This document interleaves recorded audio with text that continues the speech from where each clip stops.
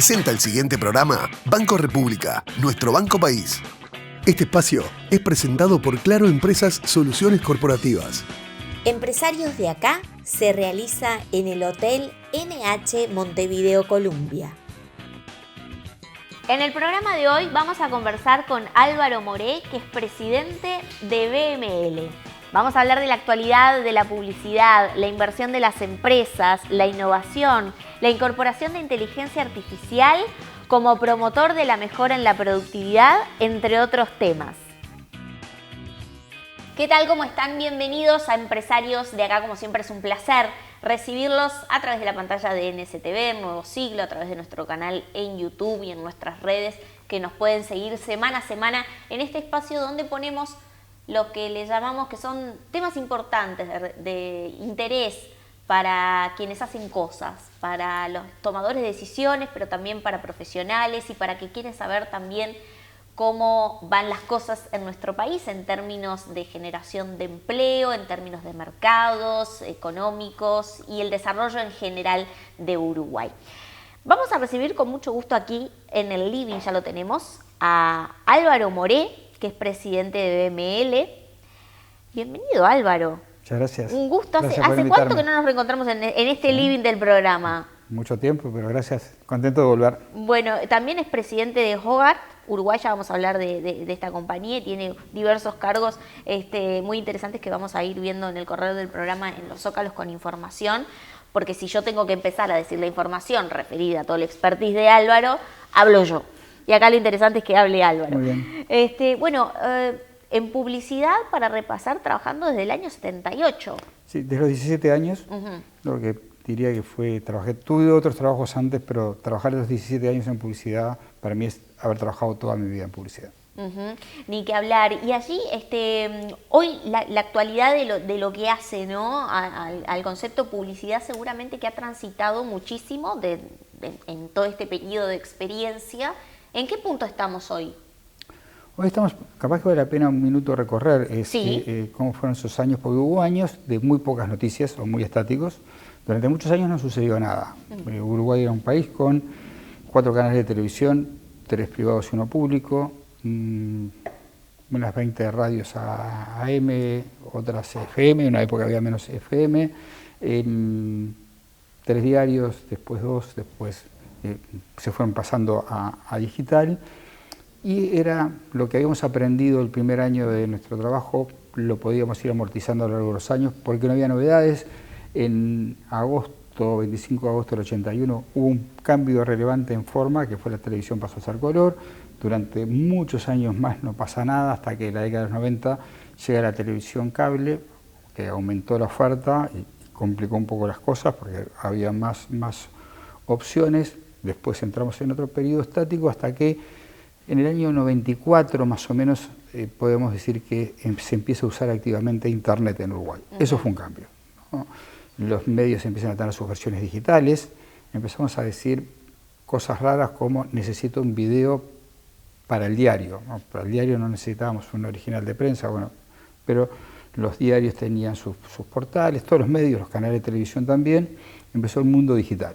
Y eso trajo muchas novedades. Durante 30 años no hubo novedades y empezaron a haber novedades todos los días, porque en la medida no es que llegó Internet de una manera, empezaban a aparecer nuevas herramientas y empezó a ampliarse el ancho de banda. Cuando se amplía el ancho de banda, el video empieza a ser más fácil, empiezan a aparecer más cosas, y hasta que a mediados de la década del 2000 aparecen las redes sociales. Ese es otro cambio más. En el 2008 el iPhone, que nos trae y luego todos los smartphones que nos traen la publicidad en teléfonos, que era algo que no hubiésemos imaginado unos años antes, que aparece en el 2006 con redes, el 2008 con smartphone, volvemos a tener un cambio. Esas redes empiezan a ser más sofisticadas en la segmentación de audiencias, empiezan a ganar millones de usuarios, Meta con 3.000 millones de usuarios en el mundo. Y llegamos a noviembre del 2022 con una gran noticia, que la inteligencia artificial empieza a ser más cercana a partir del lanzamiento de ChatGPT el 30 de noviembre del 2022. y a partir de ahí cambia todo. Entonces, lo que no cambió por años empezó a cambiar cada 5 años, bueno, ahora cambia por semanas. De hecho, ChatGPT acaba de lanzar su versión 5 hace pocos días. Y si tenemos esta reunión, esta entrevista, dentro de 2 semanas, vamos a estar hablando de que otra compañía, Gemini, probablemente de Google o Anthropic, también esté lanzando una nueva versión. O Grok de Elon Musk, Meta mismo tiene su inteligencia artificial, y esto nos obliga a tener un nivel de actualización muy grande, por lo cual se puso muy atractivo y muy desafiante. Ni que hablar, Álvaro, ¿no? Y así para hacer una puesta a punto, por ejemplo, de lo que es hoy BML, ¿no? Una compañía que tú presides y que tiene muchísima presencia en nuestro país.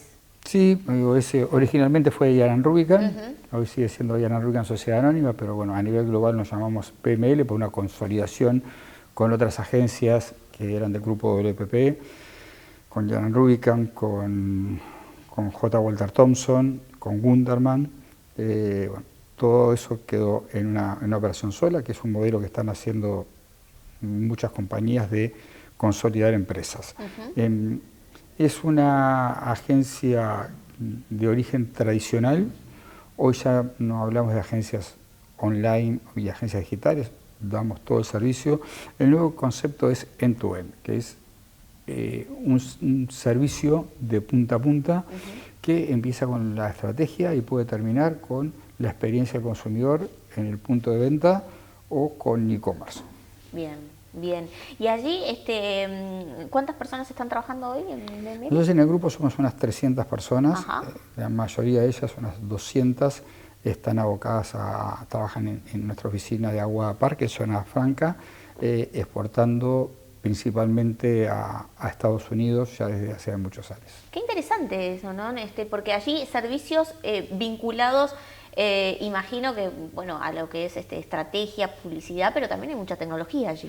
Sí, es una empresa básicamente tecnológica que tiene productos digitales, sitios web, newsletter, es mucha tecnología y ahora con inteligencia artificial más tecnología, que se produce en Uruguay para clientes de Estados Unidos. Eso es muy bueno porque ocupa mucha gente y en un mercado chico exportar es muy importante, y también eso nos pone en un concierto global de aprendizaje y utilización de herramientas, que ese aprendizaje después lo traemos también a la operación de Uruguay para los clientes que tenemos en Uruguay. Y allí interesante es lo que tiene que ver con, tú me mencionabas fuera de cámara, ¿no? Pero lo que hace a, por ejemplo, potenciar la expertise, ¿no? Por ejemplo, en este caso, del sector farma, ¿no? Por ejemplo. Sí, trabajamos por fuera de farma, trabajamos para Ford, por ejemplo, para Microsoft, para Epson, pero nuestros principales clientes son Johnson & Johnson, Sanofi, AstraZeneca, Roche. Farma es una categoría muy compleja, de letrita chica, de regulaciones médicas, y bueno, tenemos gente muy especializada y certificada para trabajar en comunicación, en farma, en digital para Estados Unidos. Qué interesante, qué interesante. Y cuando se necesita alguien especialista, eligen a Uruguay. Exacto, cuando es de farma, nuestra red sabe que nosotros somos los que lo hacemos mejor. Mirá qué interesante. Y allí Hogarth, ¿de qué se trata? Esto ya forma parte de también una empresa vinculada, ¿no?, a lo que es tecnología. Sí, Hogarth es del grupo WPP, es como la empresa de producción digital. Ajá, bien, pero es más reciente, ¿no? Es más reciente, es lo que era antes Gunderman, que cambió a esta otra marca que es Hogarth. Bien, bien. Allí, Álvaro, bueno, hoy dentro de tus actividades, como presidente de BML, y liderando este grupo, ¿cómo encuentras tú que está presente el mercado, ¿no? Para el tipo de empresas como las que tú lideras, ¿no? ¿Qué están viendo en el mercado que está pasando aquí en Uruguay? Primero, el mercado uruguayo tiene sus características propias, pero en un mundo cada vez más global, las cosas son más globales. No es que, digo, yo vengo ahora de 2 semanas en Europa y vi cosas lindas que veo en Uruguay y vi cosas feas como basura en la calle que también veo en Uruguay.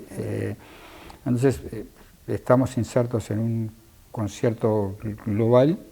Uruguay tiene la particularidad y que hemos convivido con ella, que es un mercado chico, lo que nos hace que tengamos que tener foco y las empresas y el gobierno siempre tiene foco en inversión extranjera y en exportaciones, porque como mercado interno es un mercado pequeño. Qué interesante, Álvaro. Yo te invito a que vayamos a una pausa y en el próximo bloque sigamos hablando de estos temas que hacen actualidad, a tu experiencia, por supuesto, a tu trayectoria, a cómo observas también la generación de empleo en esta área, ¿no? Y desafíos que hacen al Uruguay que se proyecta, ¿no? De crecimiento y demás, y que tú lees allí en estos tiempos. Así que te invito a que te quedes. Vamos a una pausa y enseguida regresamos. Betel, única cadena de centros de estética y spa del Uruguay. GSS, única empresa en Uruguay dedicada al Facility Services. Limpieza, seguridad, outsourcing de personal y mantenimiento. Conozca más en www.gss.com.uy. Agregamos valor a las empresas. Dermaglow Facial Ultra. Ultra hidratación. Hidrata por 24 horas. Ultra firmeza. Suaviza las líneas de expresión. Ultra volumen. Ayuda a reducir arrugas. Ultra estructura. Atenúa arrugas profundas. Dermaglow Facial Ultra. Una línea para cada etapa de tu vida.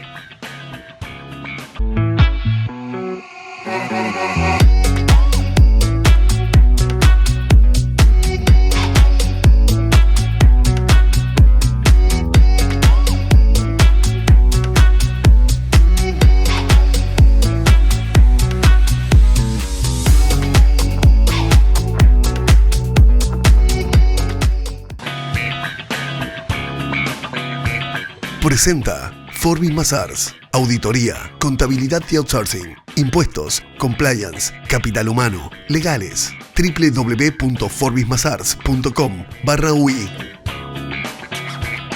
Segundo bloque de empresarios de acá. Estamos en diálogo con Álvaro Moré, que es presidente de BML. Estamos hablando de lo que hace, ¿no? En principio, por supuesto, su trayectoria, lo que hace la experiencia y también cómo está leyendo su mercado de actividad en estos momentos, pero después vamos a hablar de otros temas que hacen al país, a nuestro Uruguay. Álvaro, allí, no menor, hablabas en el bloque anterior de aclaro, lo tuteo porque nos habilitamos mutuamente, claro pero sí. Si no yo trato de usted. Pero mencionabas en el bloque anterior que, la forma de pensar, más o menos, lo que pasa en el mundo publicitario, son tendencias a nivel global, ¿no? Pero las inversiones que se realizan, por ejemplo, en este mercado en particular, en Uruguay, hablan de qué tan prospectas están las empresas a invertir recursos en determinadas áreas de la comunicación, en determinados medios o a determinadas acciones. ¿Tú allí qué estás viendo? Las empresas invierten, lo necesitan, la comunicación funciona, es un gran momento para la comunicación porque como nunca se puede medir. Durante muchos años estábamos perdidos de cuánto de una mejora en ventas se la podíamos atribuir a una campaña publicitaria.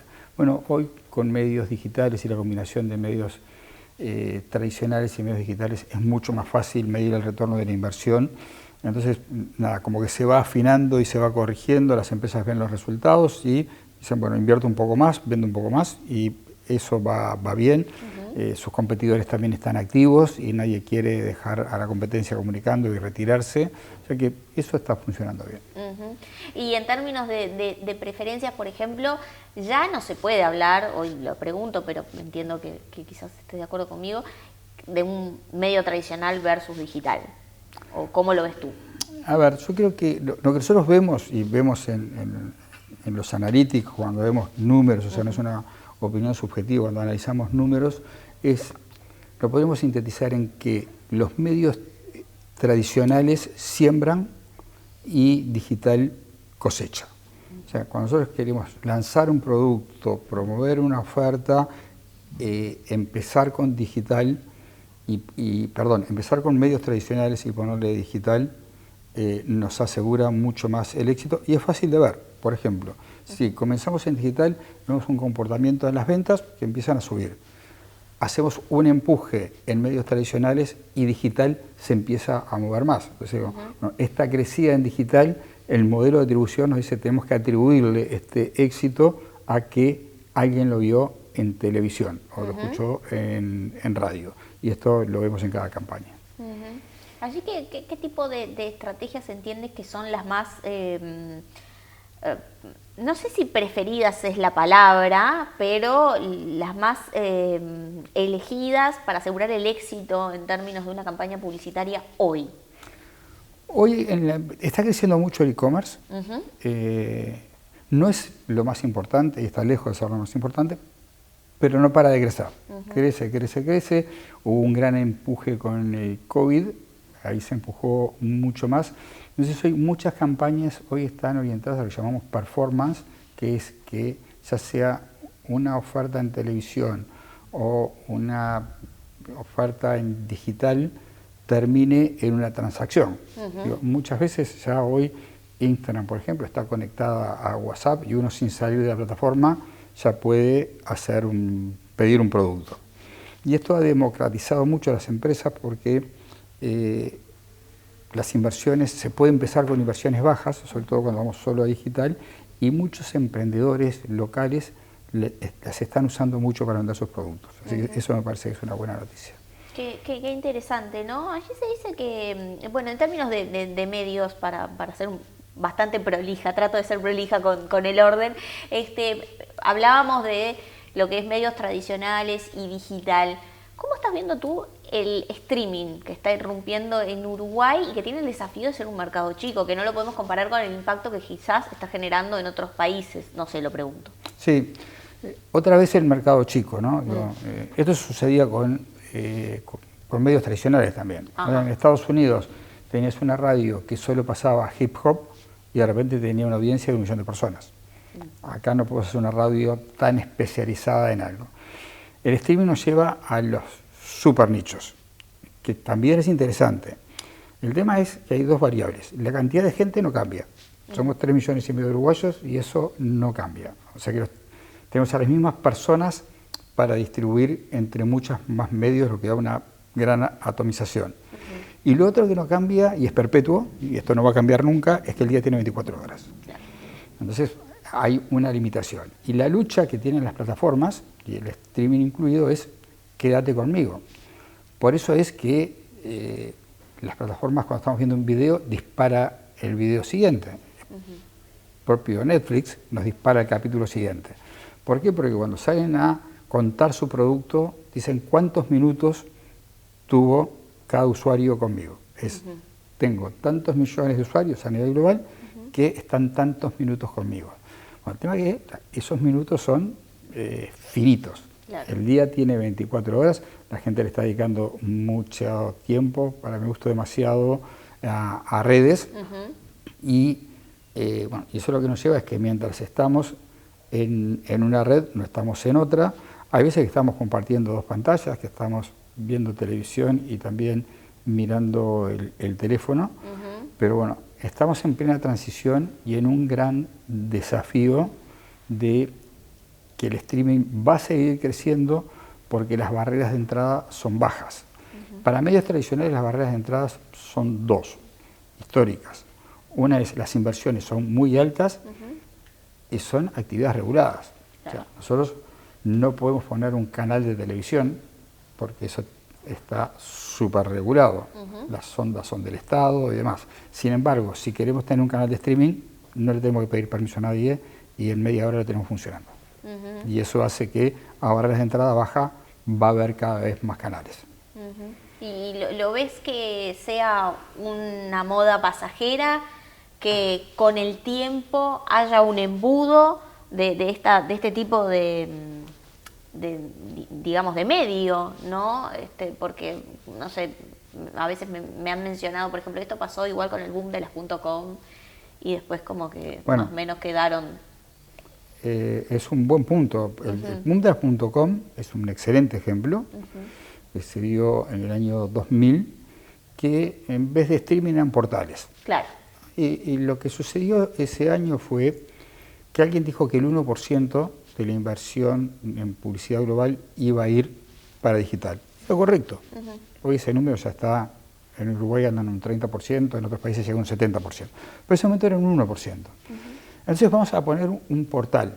El tema es que, otra vez, las barreras de entrada para un portal eran bajos y se llenó de portales. Entonces ese 1% hubo que distribuirlo entre miles y quedaron muy pocos. Y los demás desaparecieron. Entonces, más que el streaming sea una moda, se van a lanzar muchos y va a pasar, el ejemplo de las .com, perfecto. Estuvo bien la persona que me lo dijo. Yo estaba pensando en algo parecido porque sí, yo creo que es el mejor ejemplo. No es que van a desaparecer, van a quedar los mejores. Los mejores son los que la gente decida que son los mejores. Claro. ¿No? El tema es que en general son de nicho, hay de humor, hay de deportes. El tema es que después hay 100 de humor y hay 100 de deportes. Después está todo el mundo de los influencers también. Hay como muchas. Y después hay temas muy peligrosos, ¿no? Por ejemplo, gente dando consejos sobre salud, nutricionistas que no sabemos si son nutricionistas, psicólogos que no sabemos si son psicólogos. Las redes tienen su parte peligrosa hoy por ahí. Qué interesante este análisis que tú estás realizando, ¿no? Allí se habla mucho de que Uruguay, bueno, obviamente no estamos diciendo nada nuevo, que es mercado chico, pero creativo. ¿Es así? Es así. En la industria de servicios podemos estar orgullosos. Yo siento que no somos los mejores.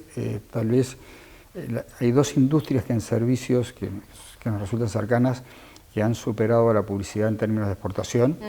Una es la industria audiovisual, que desde hace años Uruguay exporta producción audiovisual durante años para publicidad, y eso abonó el terreno para que hoy venga HBO, Netflix, Amazon y produzca series en Uruguay. O sea, tenemos muy buenos técnicos y muy buen equipamiento para eso. La industria del software también tiene un impacto grande en la economía. Creo que son unas 400, 500 empresas de software que tenemos y que exportan al mundo. La publicidad no llegó a esos niveles todavía. Tenemos gente de buena calidad, también tenemos muchos creativos que se han ido del país. Es una industria buena y respetada internacionalmente, pero no hemos logrado todavía los números que han logrado otras empresas uruguayas de servicios. ¿Y ahí qué falta? Bueno, yo creo que falta dedicación, falta capacitación y ganas, y creársela un poco también y mandarse. Es difícil salir a vender al mundo. Es difícil salir a vender al mundo. En nuestra industria en particular aparece la barrera del idioma y las barreras culturales que en tecnología no suceden tanto y en audiovisual no suceden tanto. Allí mencionabas la capacitación, y allí entiendes que está un poco disociada de lo que pasa a nivel, por ejemplo, académico, de lo que pasa en la industria en sí. Yo creo que puede haber un tema de timing. Esto se mueve muy rápido. Y las compañías, sobre todo las compañías internacionales, tenemos acceso a una información que la estamos implementando prácticamente en todo el mundo al mismo tiempo. Hoy nosotros usamos las mismas herramientas que usan nuestras oficinas en Estados Unidos, en Europa, en Asia. Y por eso la agencia también ha hecho capacitación y damos muchas charlas y compartimos nuestro conocimiento con estudiantes para que conozcan el estado del arte y dónde estamos hoy en términos de comunicación. ¿Cómo viene el empleo allí, en el sector? El empleo está estable, hace tiempo que es estable, porque lo que ha sucedido también es que las nuevas tecnologías, sobre todo redes, necesitan muchos recursos humanos. Las agencias nunca dejamos de hacer lo que hacíamos antes y empezamos a hacer cosas nuevas. Entonces, la gente que hacía el trabajo de siempre sigue estando, y hay gente que empieza a hacer el trabajo más nuevo, sobre todo en el área de redes. Aún así, con por ejemplo la incorporación de inteligencia artificial, que uno tiende a pensar que también mucho sustituye en términos de lo que es capaz que diseño, digital, quizás por allí, aún así se mantiene el empleo. Sí, la inteligencia artificial, estamos metidos adentro del tema, vamos a ver cómo evoluciona. La inteligencia artificial nada va a tener en el mundo no de la comunicación, sino en el mundo de los negocios en general, en el mundo de los gobiernos en general, nada va a tener un impacto más grande que el de la inteligencia artificial.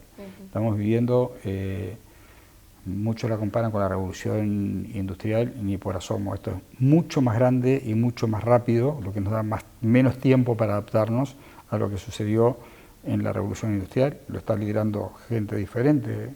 En la revolución industrial, muy liderada desde Europa. Hoy Europa está un poco retrasada en este tema, está mucho más rápido Estados Unidos, ni que hablar, y Israel también.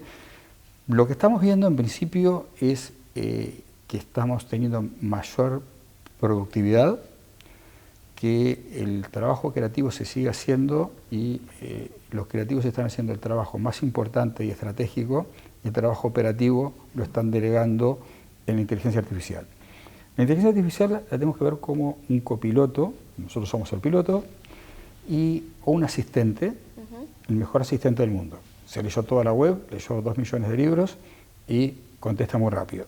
Y resuelve muy bien y cada vez resuelve mejor.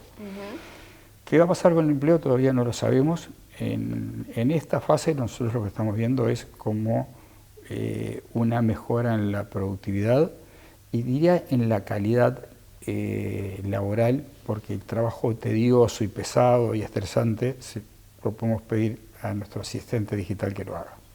Qué interesante. Vamos a hablar en el próximo bloque de empresarios de acá a propósito de productividad, innovación, cómo ser más competitivos, con Álvaro Moré, que es presidente de BML. Bueno, te quedas para el próximo bloque de empresarios acá, ¿no? Bien, vamos a una pausa y enseguida regresamos.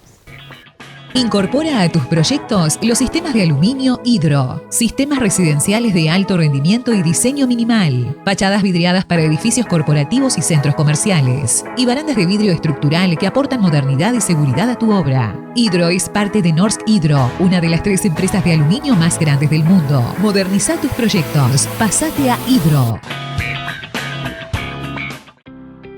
En Semiflex llevamos más de 40 años ayudándote a ver el mundo con claridad.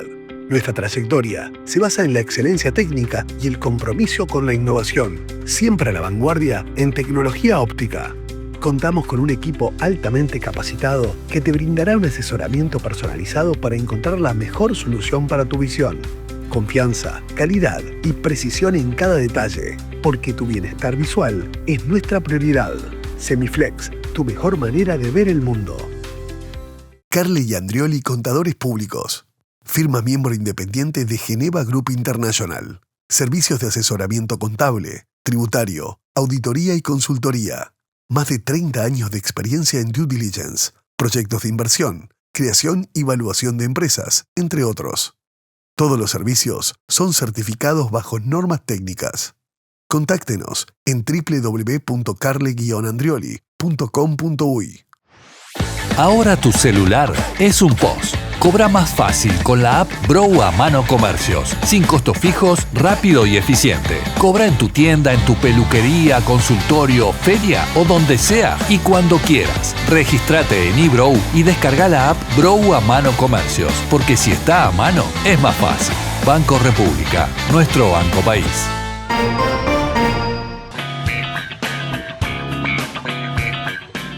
Carle y Andrioli, presentes en Empresarios de Acá. Tercer bloque de empresarios de acá. Estamos en diálogo con Álvaro Moré, que es presidente de BML, y estamos hablando de temas que hacen, ¿no? A la publicidad, a las estrategias en comunicación de hoy.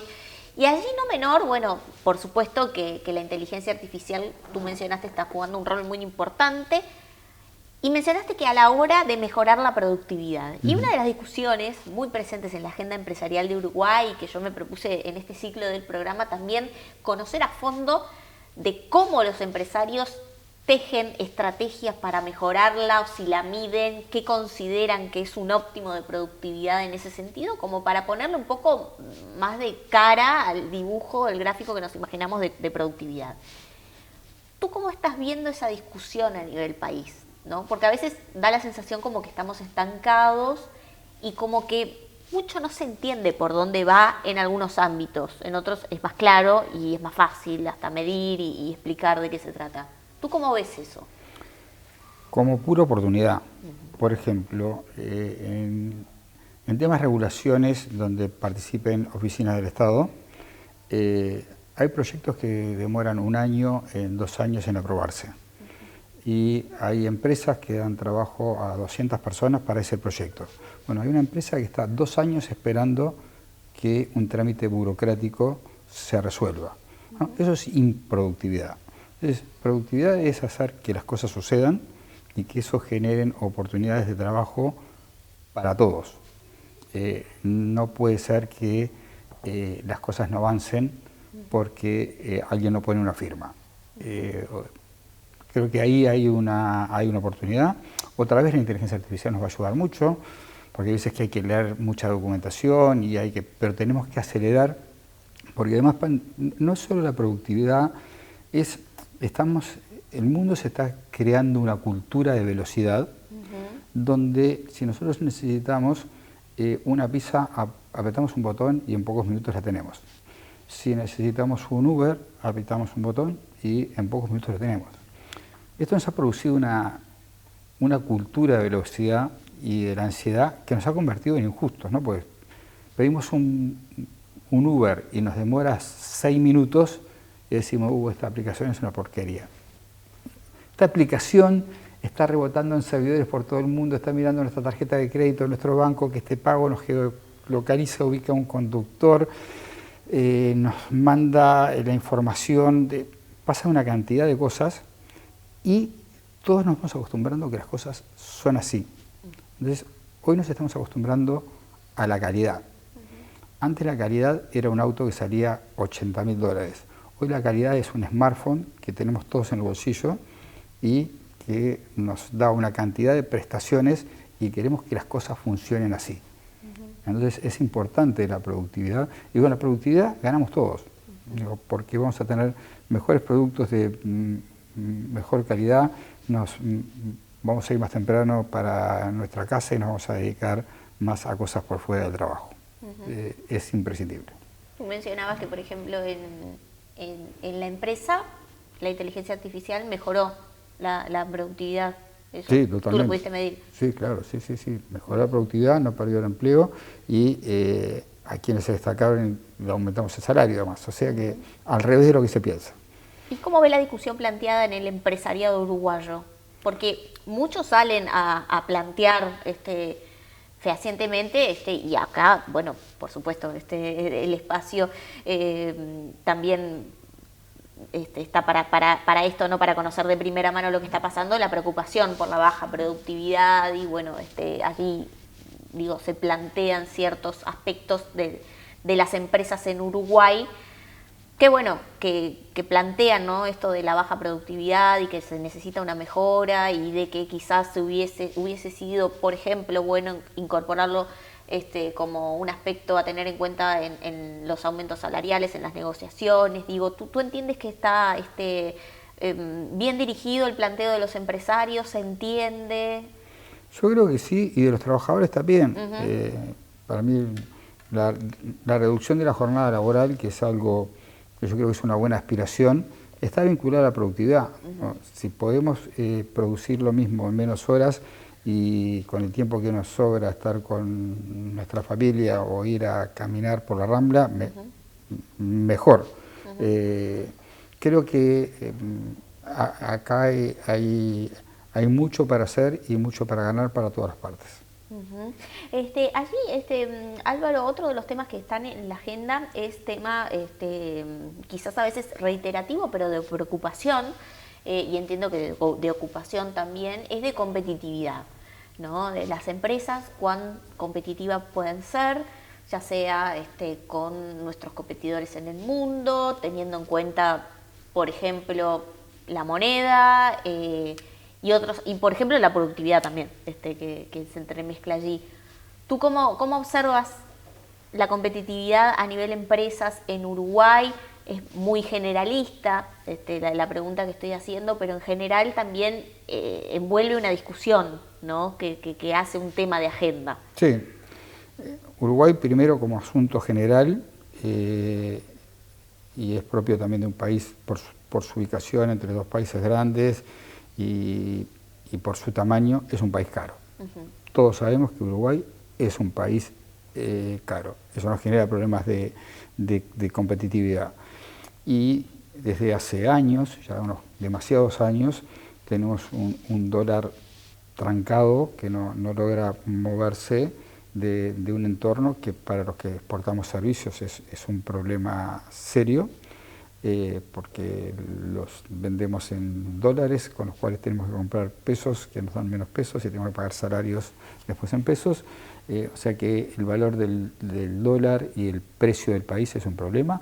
En tecnología, por ejemplo, tenemos un competidor serio que es la India, y también tenemos cosas que nos benefician, como el régimen de zonas francas, que facilita las exportaciones. Y bueno, Uruguay es un país precioso para vivir y tiene muchas cosas lindas también. Sí, no, ni que hablar. Y allí lo que entiendes que hablabas de lo que es exportación, ¿no? Zona franca, y bueno, justamente la empresa que tú lideras está exportando, y tú lo comentabas, muy fuerte, ¿no? Servicios desde aquí. Allí, tú trabajas directamente con las marcas, ¿no? ¿Y qué entiendes que son los atributos que tienen que tener esas marcas para posicionarse afuera, ¿no? De una manera sostenible, y no que sea, bueno, una y nunca más, como le pasa a muchas empresas uruguayas, la mayoría pymes, ¿no? Que tienen una primera experiencia y después ya no lo vuelven a hacer por diferentes motivos, ¿no? Pero lograr ese posicionamiento necesita de tener un atributo. ¿Cómo lo ves tú? En el caso de empresas vinculadas al marketing digital, a la tecnología, nosotros hay como 3 variables que son velocidad, precio y calidad. Y eso nos da muy bien. ¿En ese orden? No en ese orden. Un mercado como Estados Unidos nunca va a renunciar a la calidad por obtener un mejor precio. Quiere la misma calidad que obtendría allá a un menor precio y, si es posible, a más velocidad. Y los uruguayos estamos entrenados para eso y por eso nos va bien. Ahora, no son marcas uruguayas que venden en Estados Unidos, son empresas que entregan un producto, un servicio determinado, y ese servicio es valorado por la responsabilidad, por la fecha de cumplimiento, pero no somos exportadores de marcas, sino somos empresas que damos un servicio y lo que están valorando es ese servicio. Qué interesante, Álvaro. Te invito a que vayamos al próximo bloque de empresarios de acá para seguir hablando de temas que hacen, ¿no? a la dinámica de no solo el mercado que tú te desempeñas, sino también a nivel país. Álvaro Moré, que es presidente de BML. Vamos a una pausa, la última de empresarios de acá. No sin antes repasar que tenemos un espacio liderado por el doctor Ignacio López Viana, que es Boletín Laboral, y que lo compartimos a continuación, y después sí, vamos a la pausa. Muchas gracias, Tatiana, es un placer estar junto a vos y los televidentes. Hoy estaremos conversando sobre la ley 19.691, que refiere a la inclusión laboral de personas con discapacidad en el ámbito privado. Uruguay cuenta con más de 500.000 personas en situación de discapacidad, lo que representa cerca de un 15% de su población. El 80% de estas personas se encuentra desempleada y más de la mitad de los jóvenes presenta alguna necesidad básica insuficiente o insatisfecha, con lo cual vean lo preocupante de toda esta situación. Al igual que en el ámbito público, donde ya hay una norma de hace muchos años, esta ley lo que pretende es generar una reserva de cupo para personas con discapacidad en el ámbito privado que presenten las idoneidades y condiciones necesarias para su cargo, lo que actualmente asciende a un 4% de los trabajadores permanentes de la empresa. ¿Qué se entiende por discapacidad? La discapacidad es una alteración funcional, ya sea mental o física, permanente o prolongada que presenta o padece una persona que en función de su edad y el medio social que lo rodea, le genera dificultades considerables para vincularse socialmente, familiarmente y también en su vida educativa y laboral. ¿A quiénes se aplica esta norma? Como dijimos, sector privado, a empresas con 25 o más trabajadores permanentes. Los trabajadores con discapacidad van a tener naturalmente los mismos derechos y obligaciones que cualquier otro trabajador. ¿Y qué beneficios se establecen para los trabajadores? Bueno, en primer lugar, inclusión laboral y accesibilidad, generándose las condiciones adecuadas para el puesto de trabajo. En segundo lugar, la posibilidad de contar con apoyos laborales. En tercer lugar, se crea una licencia extraordinaria sin goce de sueldo, que puede ser gozada en forma continua o discontinua, para que el trabajador pueda de alguna manera atender su discapacidad, sin perjuicio incluso de otras licencias especiales que luego se fueron incorporando en beneficio del trabajador con discapacidad. Y se crea también un nuevo régimen de despido, donde el empleador debe justificar, ya sea en causas basadas en la conducta del trabajador, necesidad de la empresa o alguna otra causa razonable, el motivo por el cual desvincula a ese trabajador. Si no lo hiciere, la consecuencia es el pago de una indemnización equivalente a 6 meses de salario más la indemnización legal correspondiente. Y para las empresas, bueno, básicamente exoneraciones parciales de aportes jubilatorios y la posibilidad, en caso de realización de obras de accesibilidad, de acogerse a los beneficios fiscales que establece la Ley de Promoción de Inversiones. ¿Qué se necesita para ampararse la normativa? Que la empresa esté obviamente inscripta en el Ministerio de Trabajo y que los trabajadores se encuentren registrados en el registro de personas con discapacidad que depende del MIDES. Para finalizar, algunas críticas. En primer lugar, la norma no impide que se puedan contratar trabajadores con discapacidad por fuera de lo dispuesto y por fuera de estos beneficios.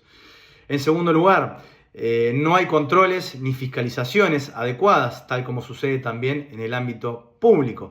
En tercer lugar, los incentivos para los empleadores no parecen ser demasiado atractivos, con lo cual parecería que si bien tenemos todo este aparato jurídico vigente, el GPS al día de hoy estaría bastante alejado de llegar o lograr una verdadera cultura a nivel inclusivo. Muchas gracias y nos encontramos el mes que viene con otras novedades de interés.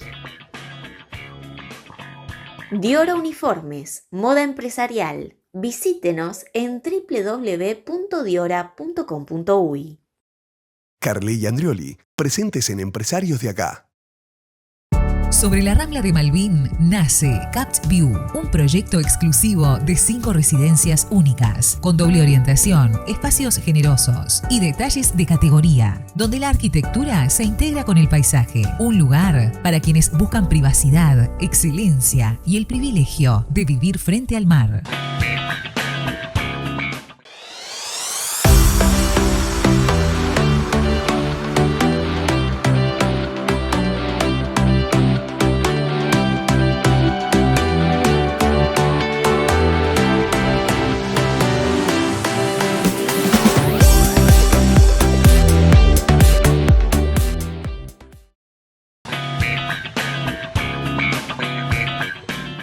Cuarto bloque de Empresarios de Acá. Continuamos el diálogo con Álvaro Moré, que es presidente de BML, y veníamos hablando de temas que hacen, ¿no?, a lo que es el desempeño del trabajo, ¿no?, de la generación de oportunidades, más allá de los tradicionales que hacen, por ejemplo, a tu sector de actividades vinculados con la comunicación, con publicidad, con marketing. Y allí, no menor, es preguntarte por qué todo esto se envuelve en... por supuesto que en un ámbito que está vinculado al empresariado, ¿no?, que generan empresas, gestionan y pueden allí realizar sus actividades. ¿Cómo ves tú hoy, después de tantos años de estar presente ya como empresario y entre colegas, cómo ves hoy la imagen del empresariado uruguayo, su idiosincrasia en estos tiempos? Yo creo que tenemos muy buenos empresarios y ahora también muy buenos emprendedores, que es inmensamente parecido, pero no es lo mismo. Por nombrar algunos, Carlos Alberto Recuader es un gran empresario uruguayo. Es una maravilla lo que ha hecho Orlando Dobat, en Zonas Francas también Pancho Rabeca. Tenemos emprendedores como Martín Guerra, que no se cansa nunca y sigue haciendo cosas, y cosas muy inteligentes, porque es un emprendedor muy inteligente. Tenemos 2 emprendedores que nada menos son los únicos uruguayos que tienen una empresa que se lanzó en la Bolsa de Nueva York, en el Nasdaq, que son Zuroski y Sergio Fogel. Son 2 excelentes personas, excelentes emprendedores y que han creado una compañía que está valuada en miles de millones de dólares y es uruguaya. Tal vez lo único, yo personalmente tengo algunos socios como Andrés Erizola, Martín Nahor, Gabriel Colla, Eduardo Mangarelli, que somos socios en un fondo de inversión, pero ellos también han tenido sus empresas, han vendido empresas después de haberlas convertido en muy exitosas. Tal vez hay veces que no comprendo el exceso de perfil bajo. En las actividades legales no está mal ser visible, porque ser visible es ser inspirador. Yo creo que todos estos nombres que pensé, que dije, son personas que inspiran a futuros emprendedores, a futuros empresarios. Entonces, me gustaría verlos más y que sus nombres se conocieran más y que fueran tan conocidos como son los jugadores de fútbol, porque juegan muy bien también. No, ni que hablar, muchos de ellos, la mayoría han pasado por aquí, si no estarán por pasar, por el living, por supuesto, pero y también preguntarte, ¿no? Porque lo que tú mencionabas es muy interesante. ¿Qué rol también importante tú crees que tiene? Y creo que la respuesta va a ser muy afirmativa, con respecto a que también esa visibilidad aporte valor a la definición, por ejemplo, de políticas públicas, o sea, o a tratar de no dejar solos a los políticos y aportar valor desde ese lado, ¿no? Porque creo que la voz del empresario también ve la voz, o es quien ve qué está pasando en la cancha también, ¿no? Yo creo que hoy los políticos y los empresarios y los emprendedores conversamos cada vez más, se han ido creando ámbitos de encuentro, estamos todos muy orgullosos de Uruguay. Uruguay es el único país de Latinoamérica, por ejemplo, que no ha tenido un estallido social, el único. Es un país que se hace famoso porque cuando nos damos la mano con una inversión respetamos las reglas. Aquí las plantas de celulosa existen porque todos los partidos todos los partidos políticos estuvieron de acuerdo en que existieran.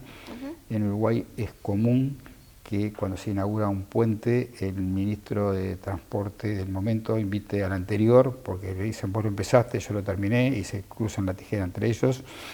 No pasa en otros países. Entonces, ese respeto por las reglas es lo que nos da la esperanza de seguir consiguiendo inversión extranjera, que es importantísimo para el crecimiento de la economía. Y cómo, no menor es lo que acabas de mencionar, ¿cómo entiendes que puede hacer Uruguay para atraer más y mejor inversión sostenible que pueda permitir ese crecimiento del cual se apunta, ¿no? Y tanto se pone en agenda de que Uruguay necesita crecer más, ¿no? Pero allí, bueno, por supuesto que la inversión es muy importante. Hay que restar burocracia, hay que acelerar procesos y hay que salir a buscar los negocios, ¿no? No sé, tenemos a Google haciendo un data center en Uruguay. Bueno, eso se suma a los credenciales. Entonces, cuando salimos a buscar negocios decimos, mirá, Google nos eligió, UPM nos eligió, Monte del Plata nos eligió.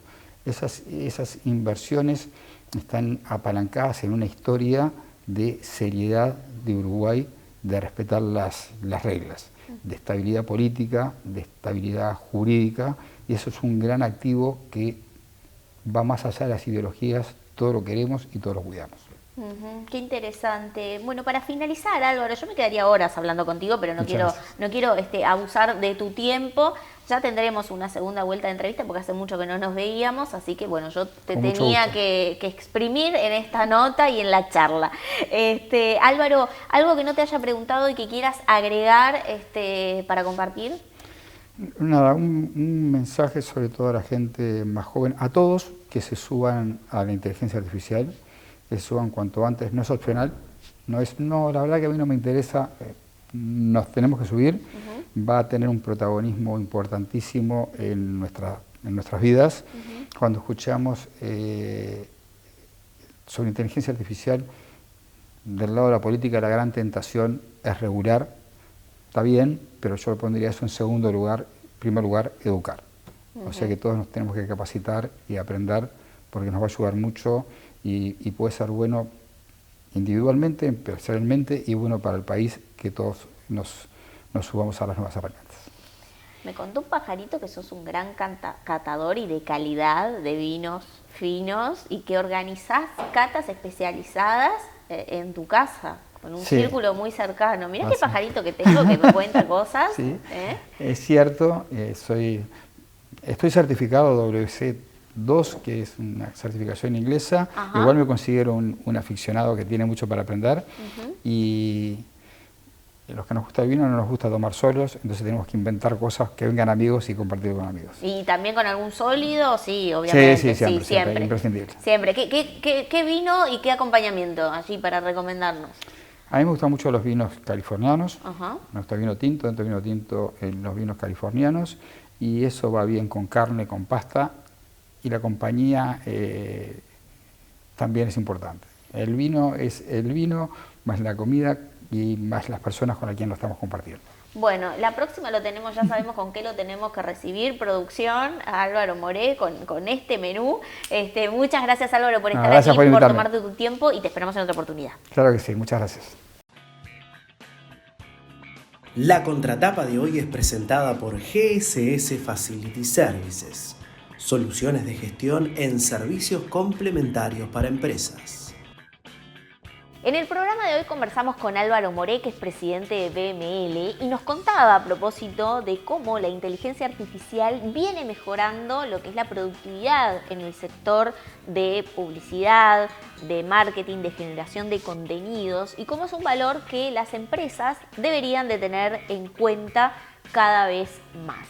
De todos estos temas conversamos con Álvaro en la entrevista de hoy, que los invito a repasar cuando quieran a través de nuestro canal en YouTube. Yo los invito el próximo viernes, 21 horas, para que sigamos haciendo una puesta a punto de los temas que importan en la voz de los empresarios.